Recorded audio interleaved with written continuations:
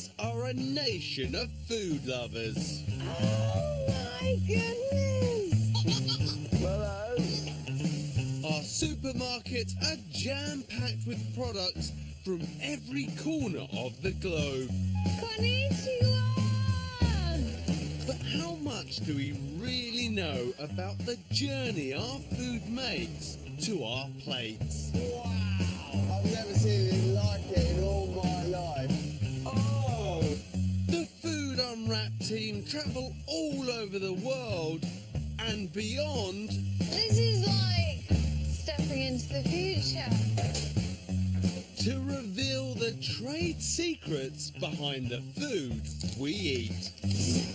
Coming up, I find the future of fish farming on a London industrial estate.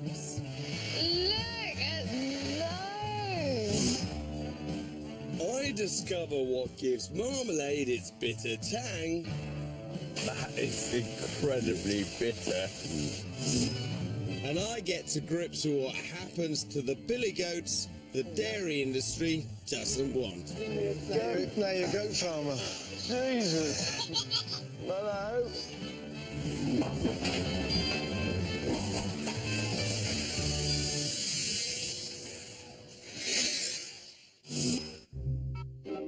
First, sustainable fish. We've heard there's an amazing new way of farming fish that could be a game changer. But what's wrong with how it's done now? I'm kind of guessing that. I don't know. Is it the case that if fish is farmed, it is always sustainable? Yes, that's the idea behind it. Farming is always sustainable, yeah. Right, okay. There's so much on the packet these days, isn't there? You don't know if you're coming or going or... Because it's in a farm, it's sustainable. Amazing. Yeah, And what do they eat on the farm? just normal fish feed. There's no animal byproducts or anything like that. These big old salmon, they're vegetarians. They can just survive on those Yeah. vegetable pellets. Salmon is our most popular farm fish. Today, we munch our way through 1 million fresh salmon meals a day. But the Marine Conservation Society are concerned about the sustainability of farmed salmon. To find out why, I've been told to start at the top of the ocean's food chain, at a tank full of predators. Look at this. Sharks. It's feeding time with marine expert Kerry Duckhouse. They're beginning to circle.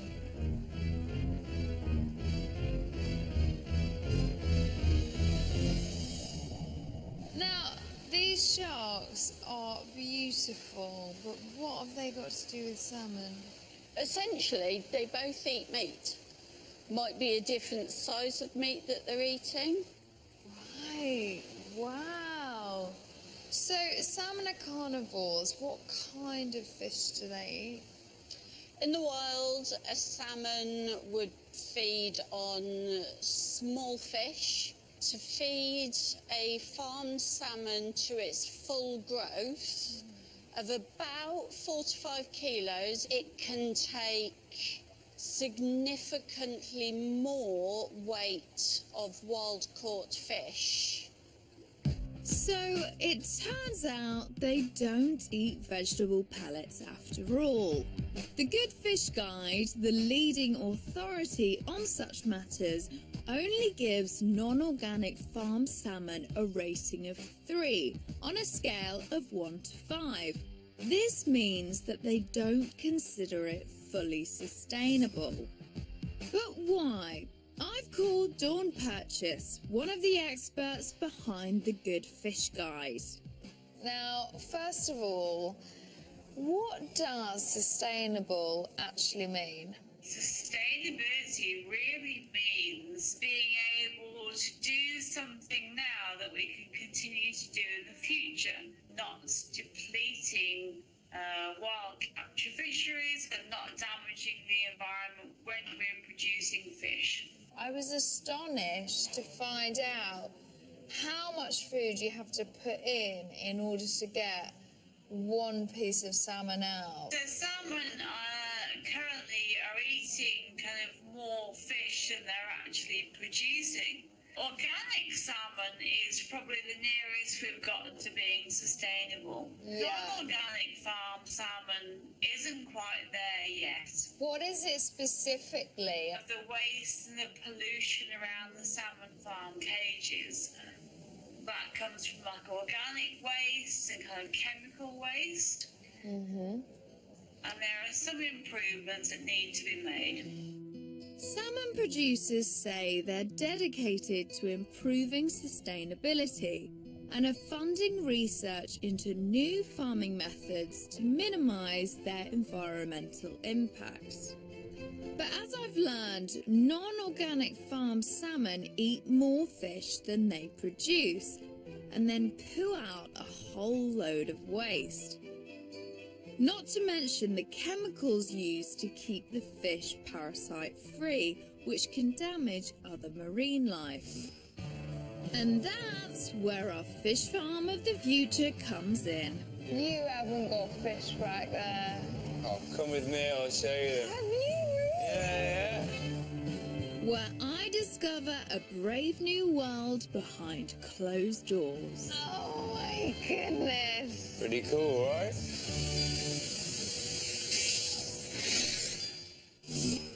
Britain's in the middle of a marmalade revival, kick-started by a movie about a citrus spread-loving bear.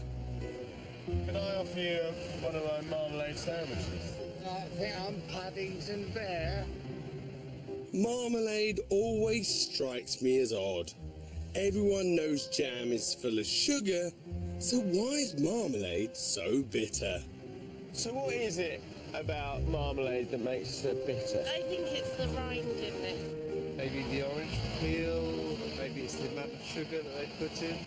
I think it's the peel, the rind, yeah. I think you'd have to ask the experts on that. Thanks, Matt. I'll do just that. I've come to Tiptree in Essex to quiz marmalade maker Robert Parker. Hi there, are you Robert? Hello, Jimmy. He's jam-packed, full of knowledge about the preserve production process.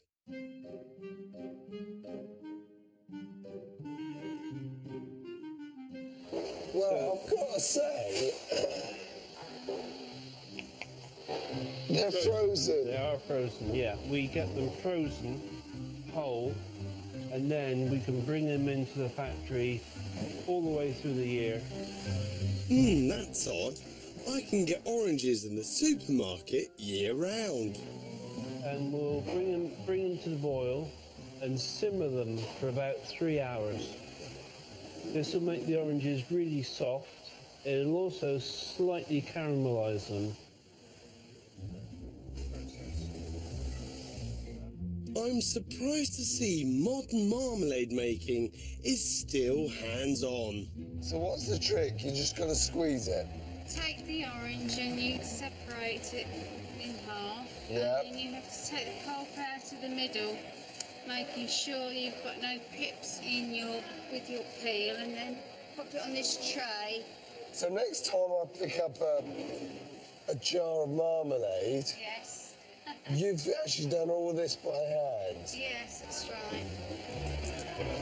While the gooey centres are sieved to remove pips and fibre, the peel is shredded.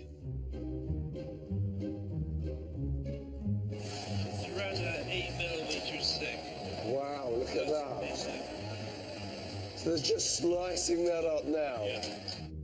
The orange pulp, peel and sugar are then combined to an exact recipe. And it's on to the final step. So this is where you're going to turn the orange into marmalade. Into marmalade, yep. So our sugar syrup. This is just straight granulated sugar that's been dissolved in water.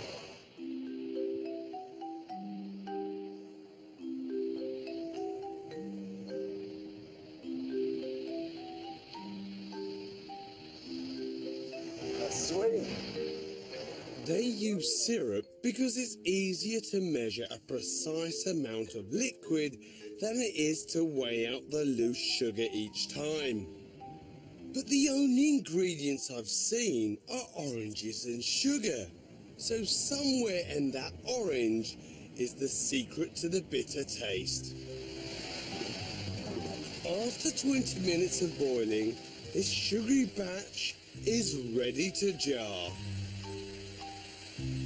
Oh, and strength like a bear. So here we go, the real deal.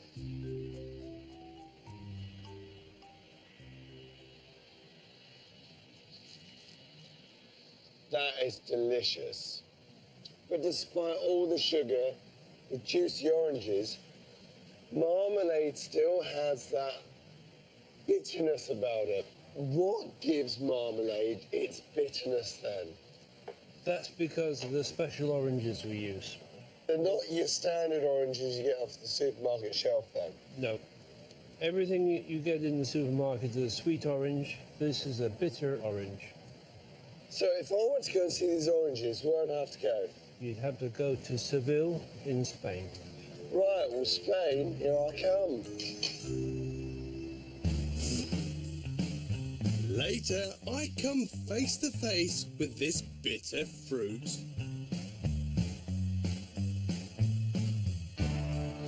Oh, that is like licking wee off a stinging nettle.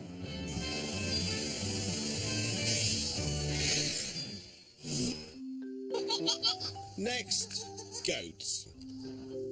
Supermarket sales of goat's cheese have tripled in the last 10 years, but this has had an unexpected side effect.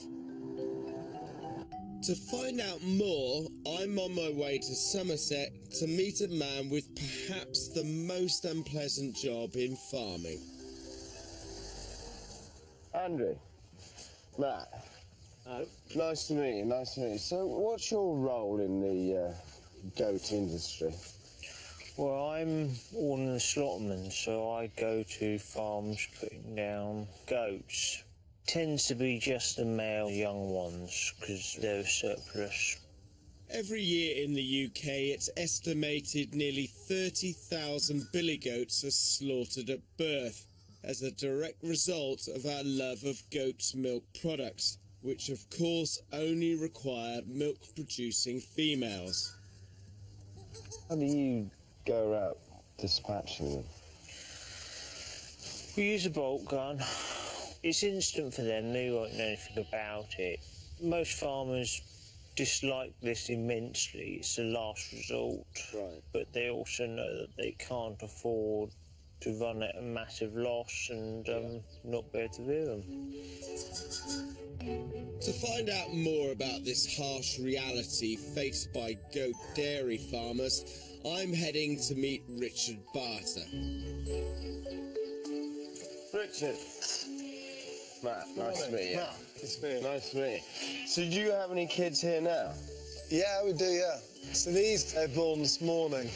Oh, There you go. oh my word. These are... Born this morning. There you go. Would you give me a goat? Now you're a goat farmer. Jesus. Hello. These are male. Yeah, both males. Do these have to be dispatched? No. Well, these ones will be reared for meat. Oh, really? Why is that? We've now got a market for some of our male kids, so... Richard is one of the few dairy farmers who has managed to find a buyer for his goat meat, which has lifted a big financial burden.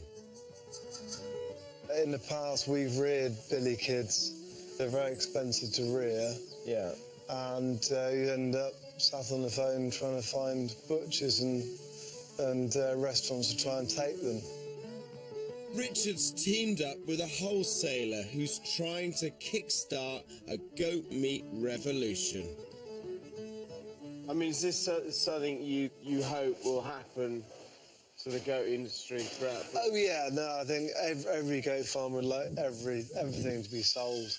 Well, it's huge waste. A massive waste, yeah. Go on. What do they just like do that? Oh no! No, she's just pouring it over his face. You're washing my goats with milk.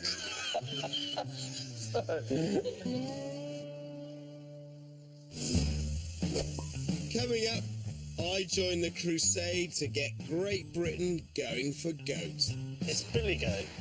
Billy Goat? Yeah. Go? Yeah. Oh.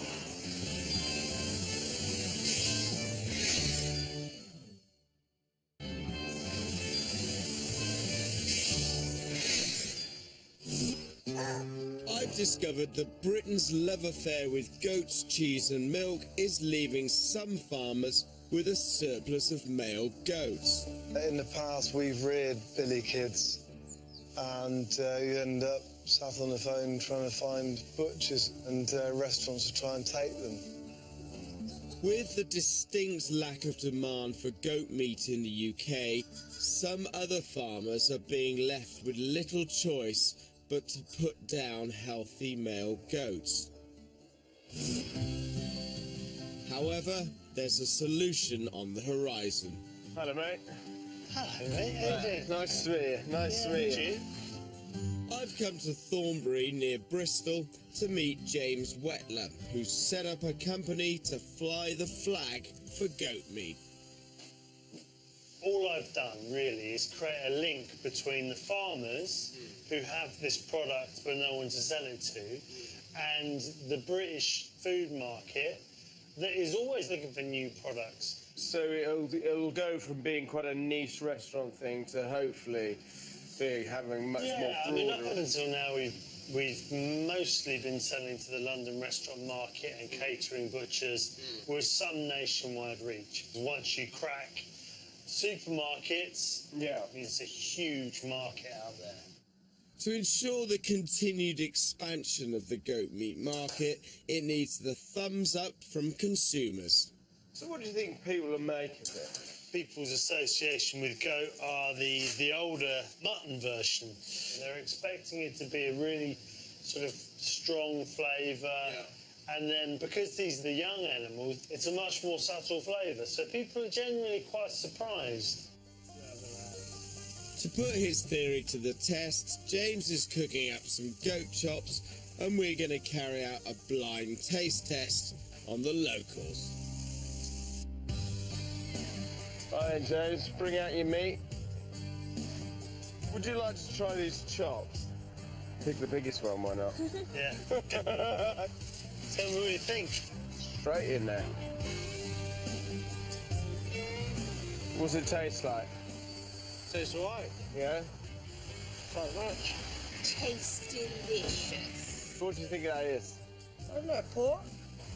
Boar or kangaroo or something. Lamb, maybe? Is it not lamb? No, it's not lamb. It's Billy Goat. Billy Goat? Yeah. Goat? Yeah. Oh. That's alright, is it? Usually I've carried up, but this is the first. I probably would buy it, but I'd probably be put off. Because you think somehow goat's nice, you know, in your garden maybe. So you're not put off by the name? Goat? No, not at all. No? So how was that for you? From something I wasn't really looking forward to, that's really positive. I'm really pleased. So come on, Britain, if you like your goat's cheese, could it be time to try the new kid on the block?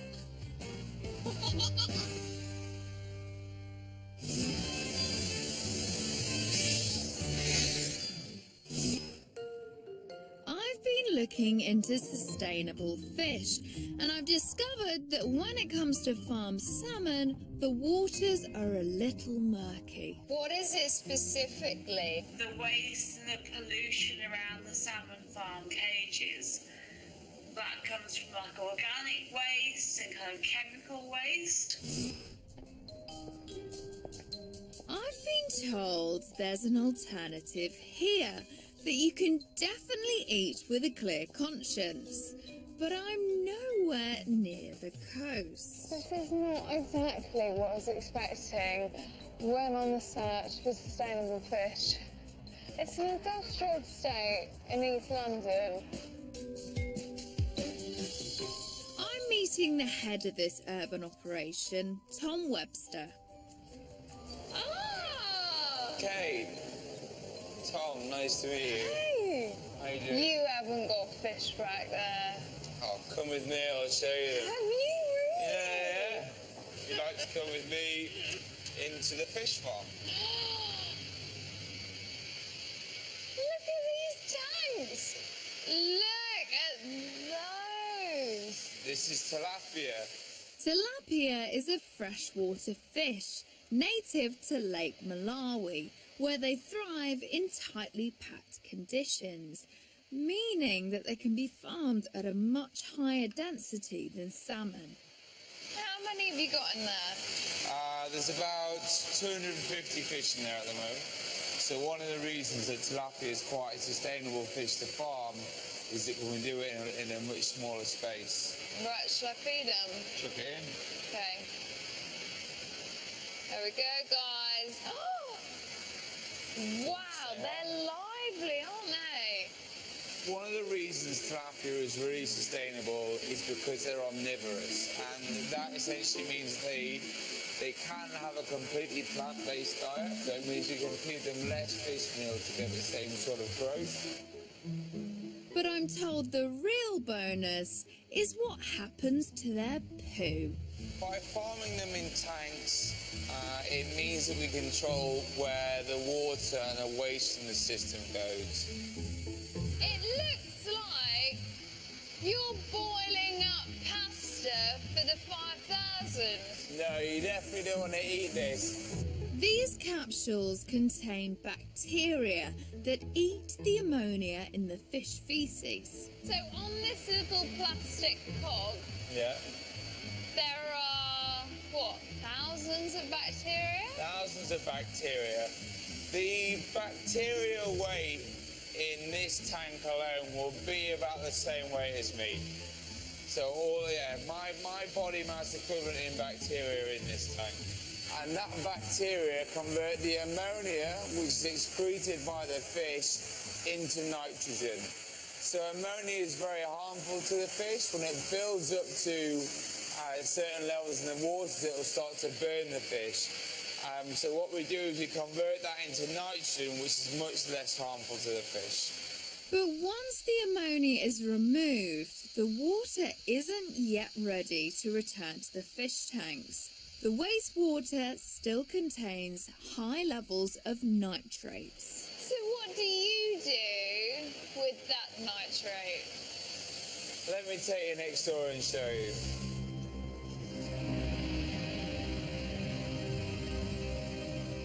Oh my goodness. Pretty cool, right?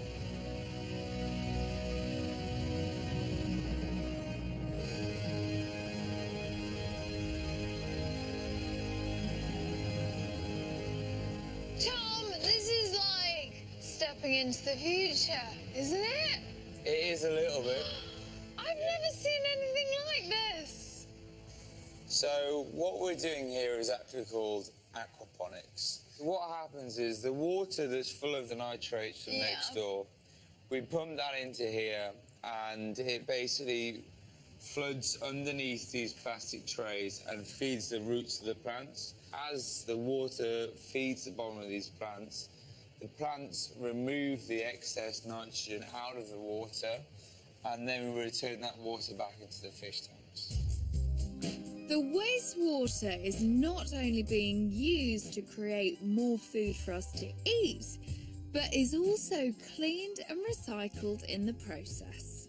And what are you growing? We're growing a variety of salads. So this is Mizuna, this is Rocket here on your left. We've got some. Can I? I'm right. I've got to try some. Oh, that That is a taste sensation. Thank That you is a very much. delicious rocket. The cost to set up an aquaponics farm like this are considerable.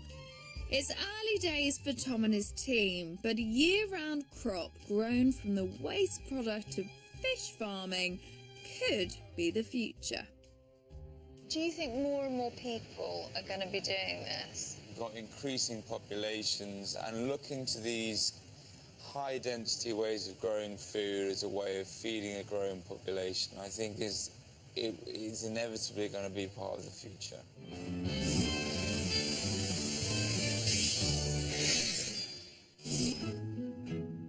Earlier, I was at a jam factory where I discovered how marmalade gets its characteristic flavour. What gives marmalade its bitterness then? That's because of the special oranges we use. So I've come to the very source of this special fruit. So I've come to Spain to find oranges, and I thought I would be in the middle of the countryside, great big open groves, but I'm, in fact, in the middle of Seville, in the city, and there are oranges everywhere. The trees are bursting with oranges, but everyone is leaving well alone.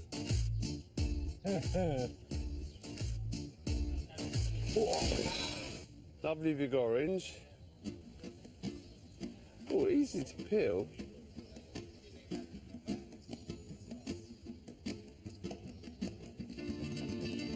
Despite being a sunshine fruit, it turns out that Seville oranges are on the opposite end of the sweetness spectrum from your regular orange.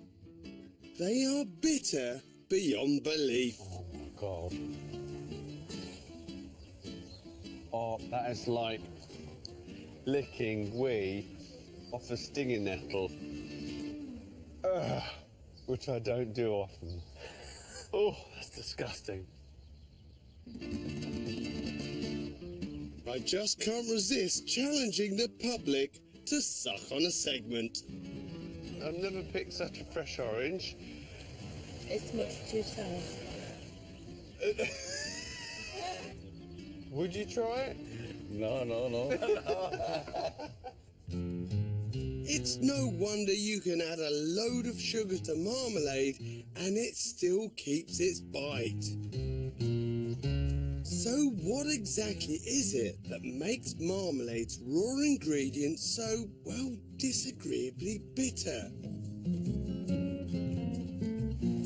Looks like I finally get to visit an orange grove. 10 miles out of town, I'm meeting Javier Bordas at his family-run citrus plantation. And these guys are all busy picking now, all done by hand? Yes, everything is done by hand. How many oranges do you produce here then? We produce around 2,000 tons. No wonder these guys work like machines. These bitter oranges are only in season for 6 weeks. So that's why the oranges were frozen back in the factory in Essex. I mean, they do look just like your sweet orange. So tell me, what makes the bitter orange so bitter then? Well, the bitterness coming because of the flavonoids.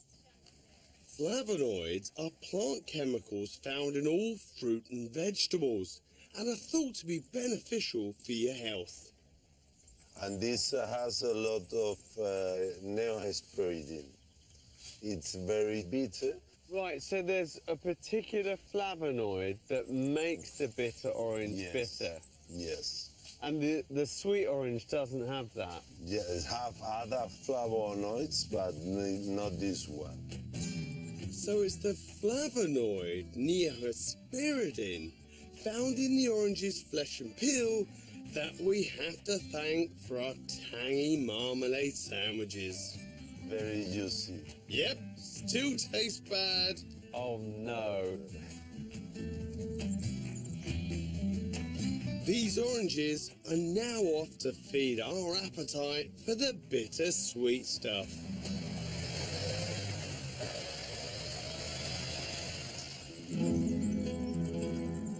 But before I go, Javier's keen to show me another use for his bitingly bitter crop. Curiously, he's donned a white coat and is leading me to a laboratory tucked away on his sprawling estate. We've seen the oranges being picked. Now, once they get here, what else do you get from the oranges? As I told you, it contains a lot of the neohesperidin that we can find in very high concentration in the small bitter oranges.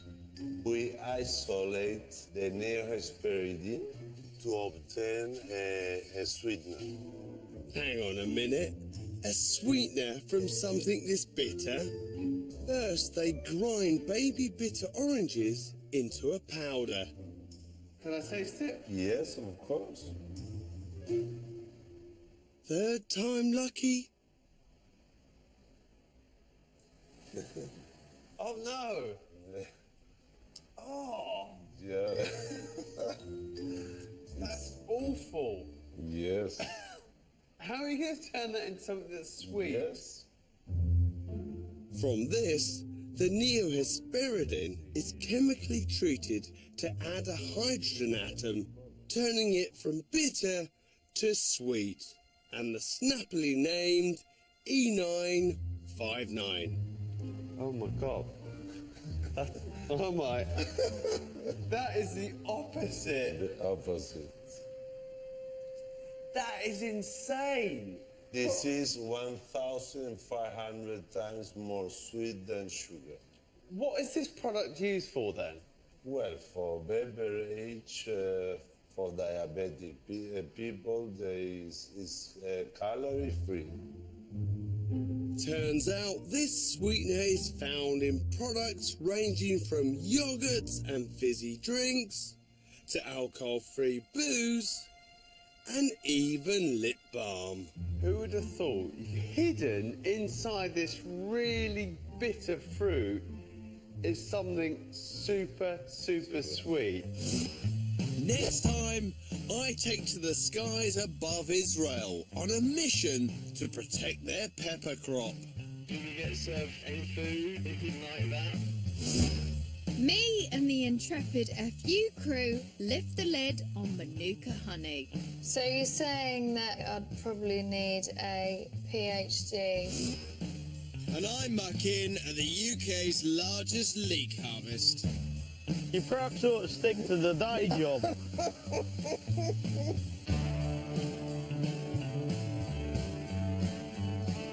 And North Yorkshire Stately Homes getting a good old scrub up tomorrow on obsessive compulsive country house cleaners at 8. Next tonight, little Shane's tumbled off his grand trampoline and 48-year-old Andy's fractured his ankles falling from a tree. Man and boy need help in 24 hours, innit, Andy?